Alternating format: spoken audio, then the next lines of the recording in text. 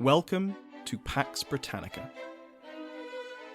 Season 2, Episode 23.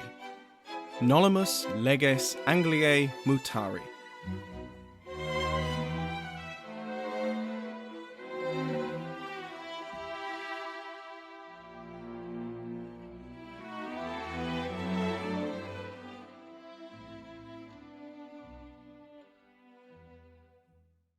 Welcome back to Pax Britannica. I'm your host, Samuel Hume.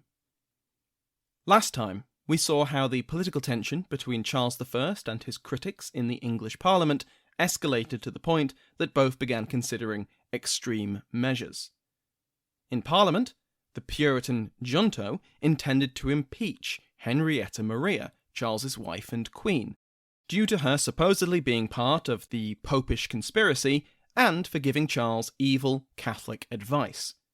Or at least, that's what was being said on the streets of London. In response to this, and to the junto's seemingly never-ending assault on his kingly prerogatives, Charles concluded that the only path forwards was a display of force. He would have the most vocal critics in the House of Commons arrested on charges of treason, and so neuter the opposition to him. The attempt to arrest the 5 members, as they came to be collectively known, didn't go well. When his quasi-legal demands that both Houses of Parliament hand over the traitors weren't heeded, Charles took matters into his own hands. It was the most disastrous attempted coup which Charles had tried so far, and that bar is so low it's a tripping hazard in hell. He marched on Parliament with a force of soldiers and entered the Commons while it was in session. This was an enormous breach of parliamentary privilege, as well as tradition, and it was for nothing. The 5 members had already fled, because someone talked. Someone always talks. The reaction convinced Charles that he and his family were no longer safe in the Palace of Hampton Court. He would flee from London to Windsor, before eventually making his way north to York. We left off with both sides, King and Parliament, attempting to win support to them and deny it to their opponents. Today, we'll look in greater detail to how they went about doing this. First, the Royalists. Because of the way the narrative has worked, I've naturally emphasised the opposition to Charles, his ministers, and the policies of personal rule. But it's important to highlight that there was already widespread support for the king before the Long Parliament first met. While many of the court-favoured candidates were defeated in the elections, others were not. Even for those constituencies which sent critics of personal rule to London, they were rarely united. Even with the minute electorate which many of these MPs were elected by, there was still division amongst them over what they wanted their MP to do in London, and that's only considering those who met the requirements to vote. Personal rule was not universally hated, and for every Puritan who saw creeping Catholicism in the Laudian reforms, there were many who welcomed them, or at least viewed the Church of England as perfect as it was, without further reform one way or the other. Tim Harris notes that though the early acts of the Long Parliament showed broad support among MPs for certain reforms, such as the abolition of Star Chamber, others were achieved only after hard-fought battles in both houses. Strafford's trial and execution, for example, and especially the future of the Church, were contested and debated throughout this period of supposed political consensus. This is all to say that while an overview of the Long Parliament's successes might imply that Charles was fighting a losing battle from the start, it's too simple a conclusion. If anything, support for the king only grew as Parliament became increasingly radical. The Root and Branch Petitions and the Grand Remonstrance being key religious and secular examples, respectively. Both of these in particular sparked waves of support for the king, and the king tapped into the widespread opposition to the junto's reforms, both secular and religious. Speaking of the Church of England, the supporters of the status quo did not stay silent while the Long Parliament met.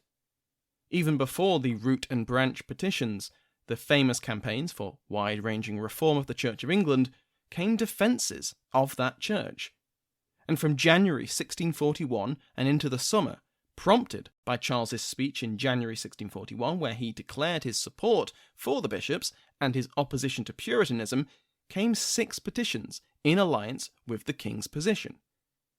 Then, prompted by first the Lord's proclamation in support of the traditional church in September, and then by Charles's proclamation in support of the Lords, and then by the Commons' impeachment of the bishops in the final days of the year, came another 22 petitions boasting tens of thousands of signatures from across the kingdom. Now, these were not full-throated defences of Laudianism, and in fact Tim Harris notes that the majority were deliberately non-Laudian and moderate in their position. But, as he also notes, non-Laudian doesn't mean anti-Laudian, and so while some of these petitions made vague commentary on recent innovations, others were completely silent about recent religious policy, or gave any indication that there was any strife within the church at all, other than that caused by the Puritans. Their priority was the defence of the bishops as an institution, for religious, secular, and traditional reasons, and in opposition to the feared intention that the Puritans intended to replace them with presbyteries. And of course, it wouldn't be civil war without social division, and more than half of the counties which sent petitions in support of the Church of England also sent root and branch petitions, and this led to arguments over who really represented the counties. Harris highlights the case of Cheshire, where 2 competing petitions were presented by 2 different men. They arrived at Parliament just a week apart, and both accused the other of misleading Parliament. The supporter of further reform was accused of ignoring the voices of the gentry, while the defender of the existing church was said to have, to quote Harris, obtained signatories by misrepresenting what his petition stood for, and had even affixed the names of madmen, children, papists, people who were at sea, and the deceased. End quote. The godly faction doubled down, quite literally, when they printed their petition and stated that they'd received exactly twice as many signatures as their opponents. They hadn't, but it didn't matter.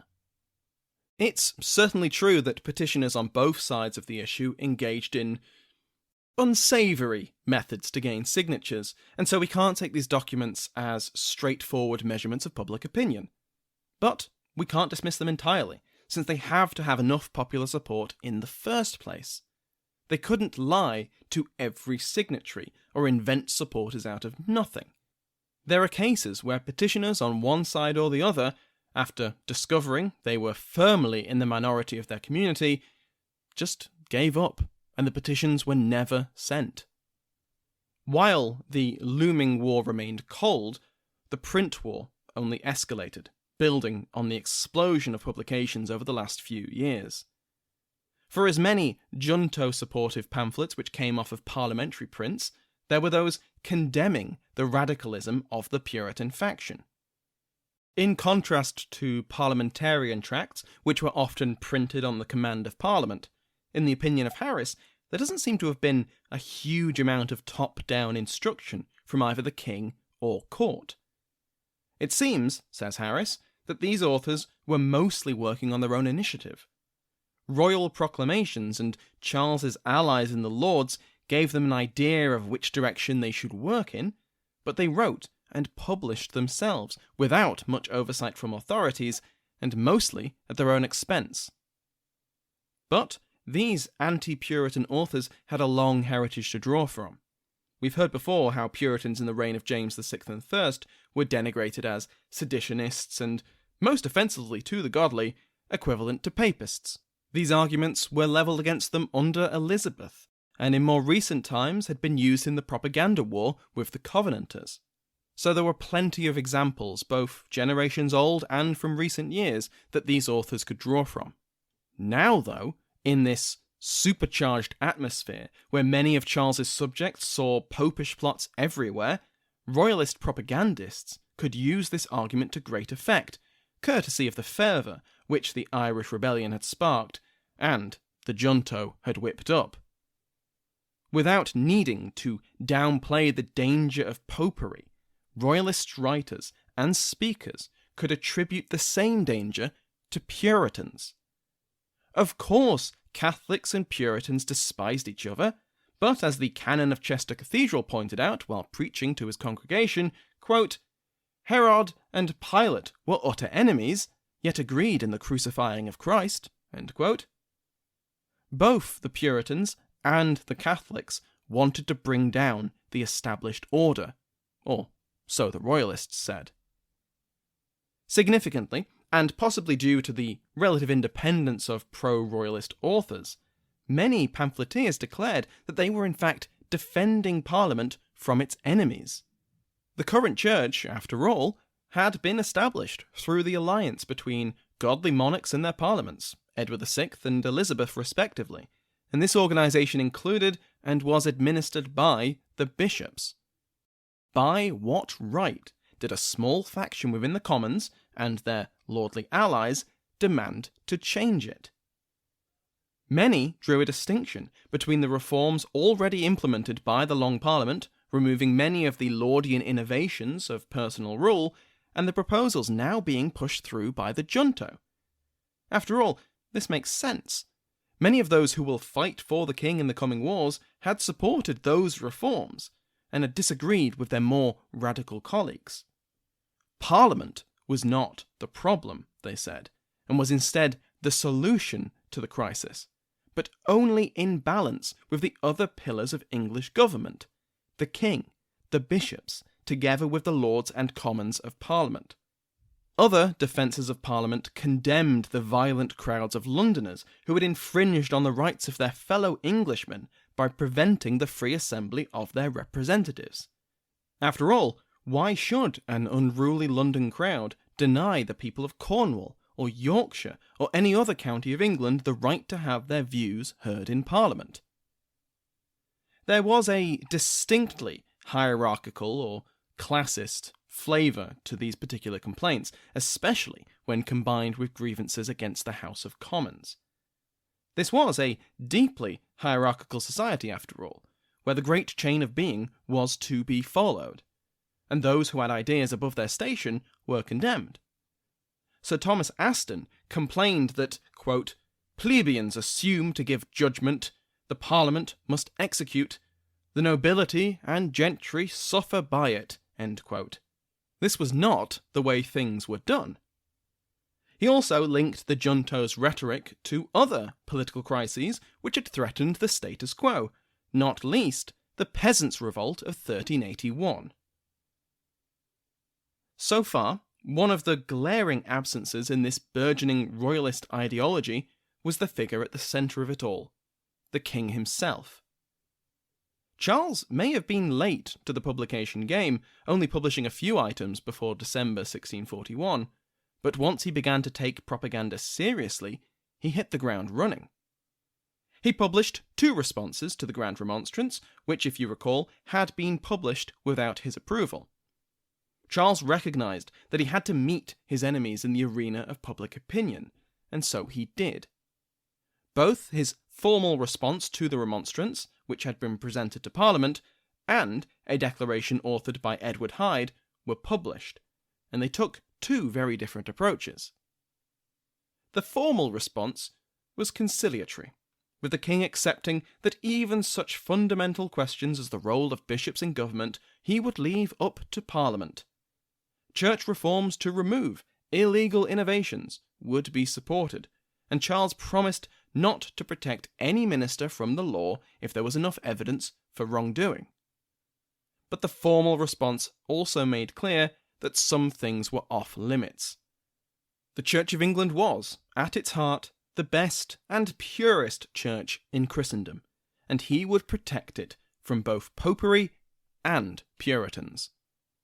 The King of England had always held the right to appoint and dismiss his advisers at his pleasure, and he always would.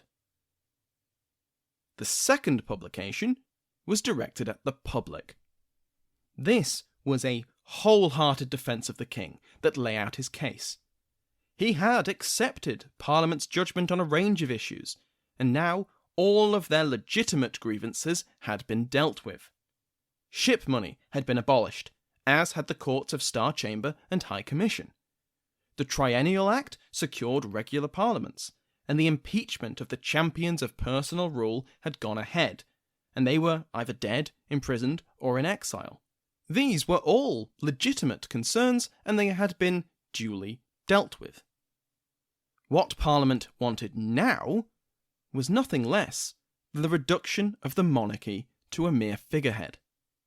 Parliament, and to a greater extent the House of Commons, wanted to rule.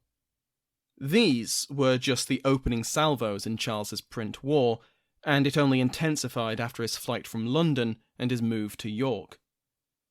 Harris identifies more than 70 publications which came from the press established at York after he moved north.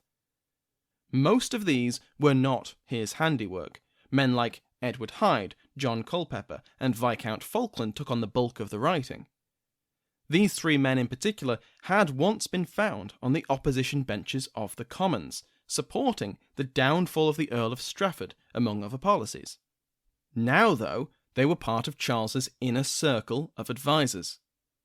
Both Culpeper and Falkland had been appointed to the Privy Council in December 1641.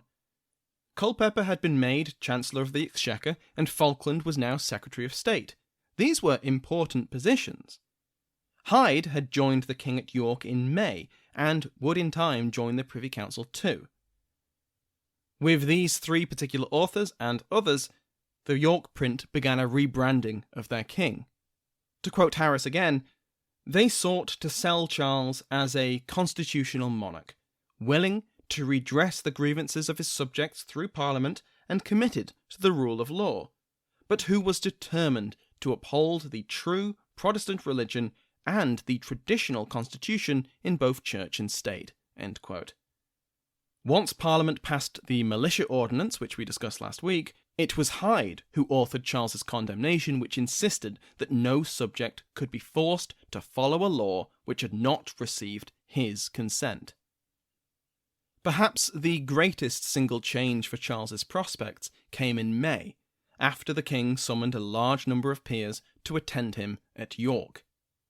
They were to advise him on, quote, affairs much importing the peace and good of the kingdom, end quote. The result of these personal summons was nothing short of extraordinary. The word went out, and over the next month or so, 40 peers arrived at York to support their king. The York peers easily outnumbered those members of the House of Lords still in London, and indeed many of them had stopped attending Parliament over the course of the last year, put off by events. Now, it isn't hugely surprising that so many peers answered the king. He was the king, after all, and as we've seen throughout this episode, Charles and his allies went out of their way to emphasise that he was the champion of the status quo. The nobility, as a rule, didn't like it when commoners tried to tell them what to do. With his discount House of Lords in place, Charles was in a much better position, militarily and politically, than before. Militarily, the peers brought some men and could call on vast networks of clients to muster more. They offered money to the king, some £100,000. They promised to bring him more than 2,000 cavalry, and they received their commissions of array. The king also dismissed 177 men from their positions in local government on account of them being known sympathisers to the Militia Ordinance. In their place, he added 154 new names to these positions. Roughly half of the counties of England accepted the king's new commissions of array, with greater or lesser successes. Politically, the optics were now much better for Charles. He was no longer isolated in the north. By arriving in the numbers they did, the peers bolstered his position and his legitimacy. Now, Charles had created a valid political alternative to Parliament. He regularly left his new court at York to travel the surrounding counties, to win hearts and minds and prevent their drift towards Parliament.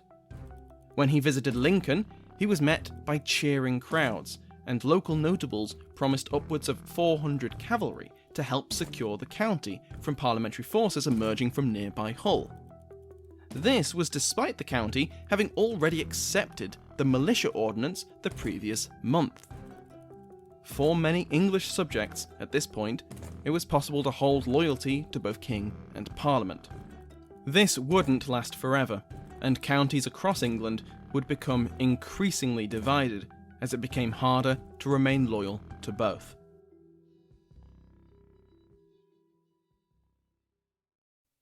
Bonjour, comment ça va?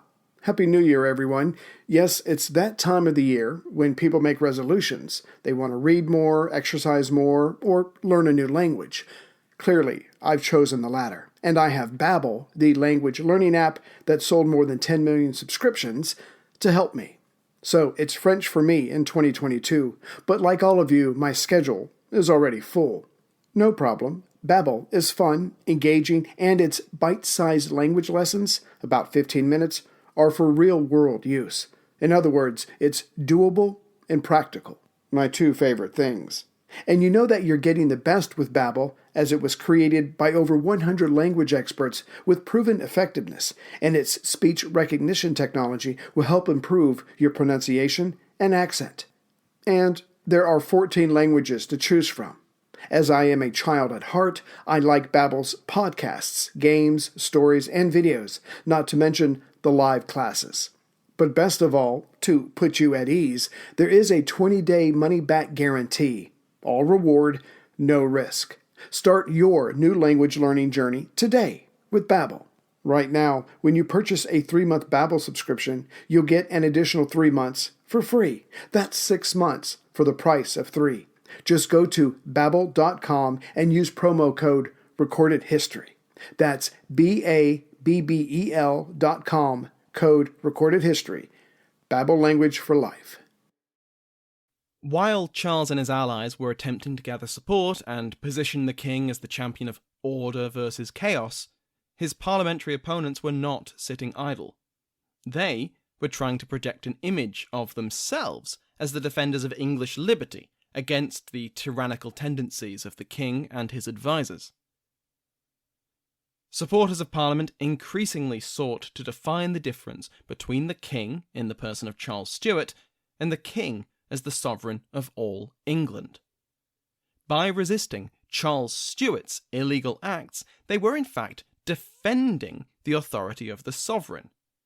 It's a bit confusing, I know, but Harris once again comes to the rescue with a concise explanation. Quote, "In the process, they came to articulate a view of the Constitution which saw government as a trust to be exercised for the common good, where the king's authority had to be exercised through appropriate legal channels, and in which sovereignty lay ultimately vested in Parliament." End quote. They tried to articulate this constitutional view through, what else, a range of pamphlets and published parliamentary declarations.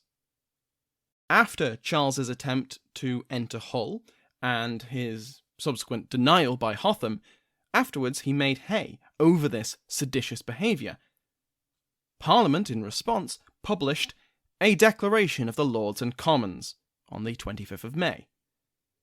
Charles had insisted that he had the same claim as the King of England to Hull as any Englishman had to his own house and goods. Parliament argued in the Declaration that the king's view was simply incorrect. The king did not own the kingdom in the same manner that a man could own a house. And in fact, this was a very dangerous idea for the average subject.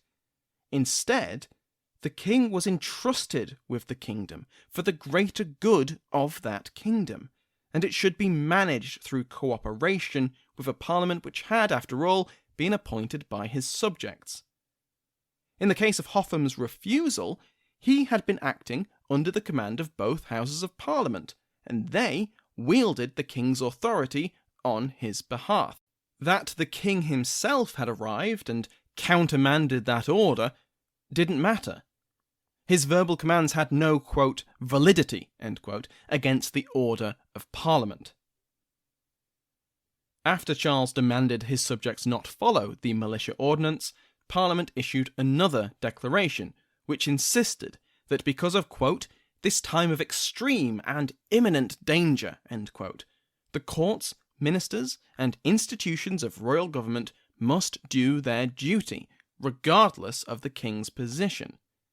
Those institutions which answered to Parliament could declare the king's will, even if the king himself personally opposed those declarations. Again, we come back to the split between the man, Charles Stuart, and the person of the sovereign. He had two bodies. Ranged against the authors of the Royalist cause, Parliament had no shortage of its own wordsmiths. The lawyer Henry Parker was one such man, and he published a range of direct refutations of the works coming out of Royalist presses. From his pen came arguments of popular sovereignty, with power inherent in the people, which had been granted to the aristocracy and the monarchy in trust, and this trust was conditional. Parker used as an example of a general turning his guns on his own troops. Self-defense in this case would be just, and any bonds of allegiance or authority would be shattered by such a betrayal. He drew on Magna Carta and argued that treason against a prince was, quote, not so horrid in nature as oppression in the prince, executed violently against subjects, end quote. Parliament was allowed to act when its advice was rejected. The monarch had fallen prey to evil counsellors, and the Commonwealth was in danger. In the case of Charles, instead of understanding that he could, quote, only do that which is just, end quote, he had been told, quote, all is just that he may do. Despite drawing on the examples of good government found in the Netherlands and in Venice, two notable republics, Parker insisted that he was, quote, zealously addicted to monarchy. But he had a very specific idea of the monarchy he wanted, and it was a monarchy which Scotland had so recently achieved. A monarchy which Charles had fought as best he could to prevent coming into being, and which he was absolutely determined not to allow in England. It's important to note that while I've mentioned a lot of publications which were written as responses to the other side, there wasn't any kind of actual dialogue. They spoke past each other, both sides attempting to win over the undecideds rather than actually convince their rivals. In the storm of publications which came off the prince through the spring and summer of 1642, one in particular stands out. Now, whether it was a genuine attempt to come to a compromise, or designed to provoke the king while seeming like the reasonable ones, is debated. I'm talking about the 19 propositions. These were, shock, 19 proposals agreed by the remaining members of the Houses of Parliament, both Lords and Commons. Richard Cust attributes the origins of the proposals to the Earls of Bristol and of Northumberland. Bristol was a firm king's man, while Northumberland was a moderate parliamentarian. Together, they hoped to repair the bridge between the king and his people, to, quote, set down all the things in difference between the king and the subject, with the most probable ways of reconciling them, end quote. But, however genuine their hope that this could slow or even stop the drift towards war, they were only part of the drafting process. Once the junto members in both houses got hold of the propositions, what emerged was far from a compromise. The propositions were approved on the 1st of June, sent to the King in York, and published. The 19 propositions are as follows. First, ministers on the Privy Council must be approved by Parliament. Second, matters of public concern must be debated in Parliament. Third, appointees to the great offices of state must be approved by Parliament. 4. Parliament would have to approve the education of the king's children. 5. The king's children could not marry without parliamentary approval. 6. Recusancy laws and other anti-Catholic laws were to be strictly enforced. 7. Catholic lords would lose their vote in Parliament, and their children would be raised Protestant. 8. The Church would undergo further reformation. 9. Parliament would control the militia. 10. MPs excluded from the House would be permitted to return. 11. Officials had to swear an oath to uphold certain acts passed by Parliament. 12. Those officials appointed by Parliament would maintain their positions provided they were well behaved. 13. Parliament's judgments, such as impeachments and charges of treason, would apply regardless of whether those targeted had fled the kingdom. 14. Charles could grant his pardon, unless both Houses of Parliament objected to it. 15. Parliament would approve Charles's choices for commanders of fortifications. 16. Charles's guards and military forces were unnecessary and would be disbanded. In the future, he could only raise his own forces in cases of, quote, actual rebellion or invasion. 17. England would forge a formal alliance with the Protestant Dutch. 18. The 5 members, including Edward Montagu and the Lords, would be pardoned. 19.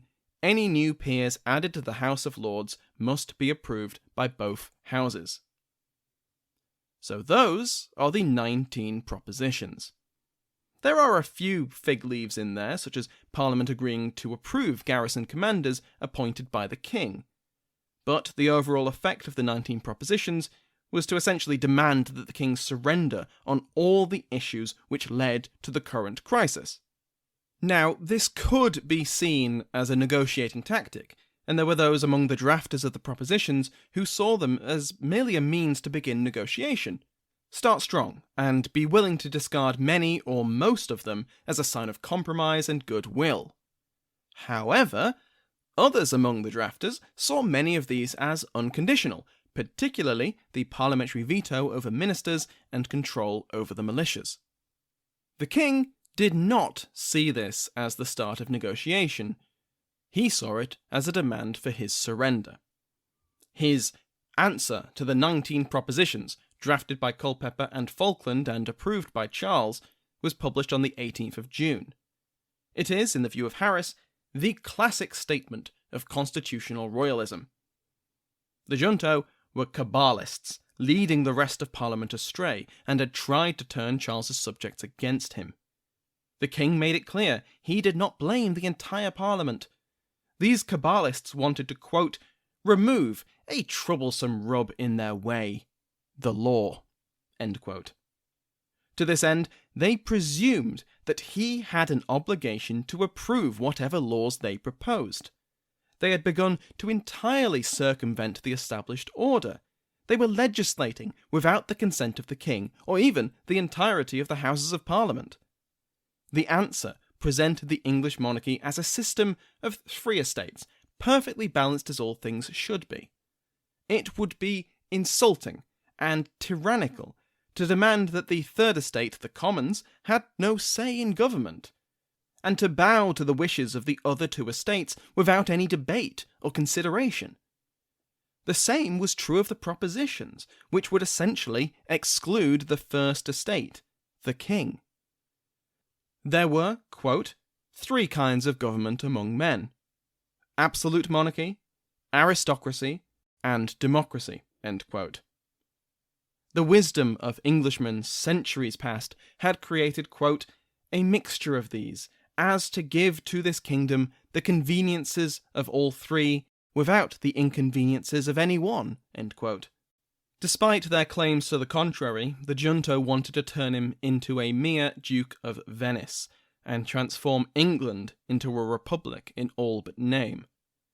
Once the King had been stripped of most of his power, they would do the same to the 2nd estate, the nobility, abolishing them and leaving the Commons in complete control. Well, isn't that an interesting prediction? Watch this space. The answer went further in its prophesying. After the House of Commons had won, the ordinary people of the kingdom would see how they had been used and reject their authority, leading to an anarchic wasteland where hierarchy was replaced by chaos, law and order by madness and stupidity. To sum up Charles's reply to the propositions, he said, Nolumus leges Angliae Mutari. We do not wish the laws of England to be changed. To sum it up even more, Charles said no. If you heard me describe the three estates then, and thought, wait, that doesn't sound right, you'd be correct in thinking so. Traditionally, the three estates comprised the Lords Spiritual, the Lords Temporal, and the Commons, the bishops, the nobility, and the burghers, those who pray, those who fight, and those who work. The monarch is not traditionally included among the estates. The monarch is meant to sit above, working for the betterment of all three estates without prejudice to one or the other. In theory, at least, but let's not get into that. But what the answer was doing was recasting the king as the first estate, and so presenting him as an integral balance against the other two. This didn't sit well with everyone on the king's side. Hyde was notably opposed to this angle, thinking it diminished the monarchy. But it matched the rest of the Royalist propaganda strategy. The answer to the 19 propositions staked the king's claim to the middle ground. He was not just having his kingly authority usurped by Parliament, the fundamental government of England was under threat. Next time, England will descend into civil war. Before we finish, I've included a link in the show notes to a poll. I'm deciding how to go about covering the English civil wars. I could cover the military side in the same level of detail as I plan to cover the political, social, and religious sides, but I also know that that isn't everyone's cup of tea. I also know that for others, military history is absolutely their cup of tea, and would love to hear more about it. And probably the majority of listeners don't feel strongly either way, so the poll is there to help me decide. It's 3 questions long, and I'll leave it open for a week or so after this episode goes live. Thank you, as always, to my House of Lords, which has gained the new members of Duke Bill, Lloyd Collins, Earl of Portland, and Matt Anderson, Earl of St Albans. If you'd like to join their ranks and gain an ad-free feed, go to patreon.com/Pax Britannica. Every patron, no matter the tier, gets that ad-free feed as well as early access to episodes, and higher ranks get extra perks because, much like early modern England, the Patreon system is hierarchical. As always, please do let friends and family and acquaintances and just random people you meet on the street know about this podcast if you think they'll be interested. It's simply the best way to help a podcast grow. Speaking of growing, we're also coming up on the 100th episode of Pax Britannica. That number includes interviews and bonus episodes, but excludes the random promotional things I've occasionally put out. I'm going to do a Q&A episode for it, so if you have any questions about the podcast, about the period, about me, or about literally anything at all, get in touch on either the Facebook or Twitter pages, or email me at podbritannica@gmail.com. That's pod, not Pax. You could send questions to that other address, but it won't be me you're sending them to. So that again is podbritannica@gmail.com.